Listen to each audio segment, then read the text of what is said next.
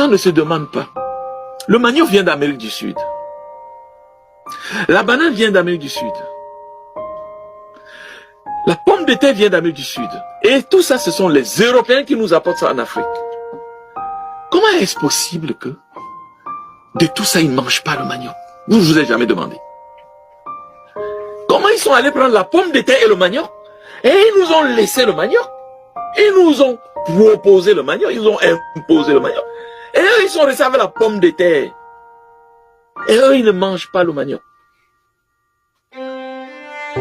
Raison simple.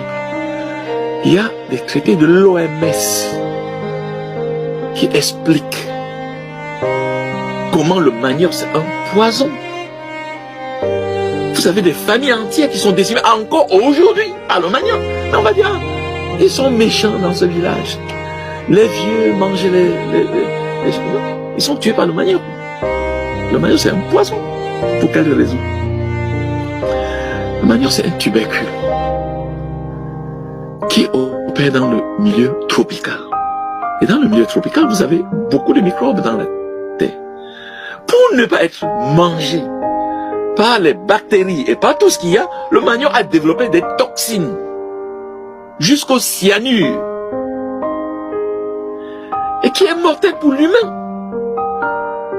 Mais là n'est pas le plus grave. Comment je me suis intéressé au sujet? Parce que à Haïti, une des décisions de l'administration esclavagiste française, avant que Napoléon ne réinstaure l'esclavage, c'était de mettre le manioc comme la nourriture des esclaves. Il y a quelque chose. Comment est-ce que on peut décider que les esclaves vont manger le manioc et pas le patron? Et vous savez pourquoi? Ah, vous savez pas pourquoi? Pourquoi? C'est pour nourrir l'esclave. Parce que il a été prouvé. Nous, on est en 1800. Napoléon a fait son truc 1806, tout ça, mais avant, on sait déjà que le manioc rend idiot. Ah oui? On sait que le manioc rend idiot. On a des séminaires qui ont été faits par l'OMS.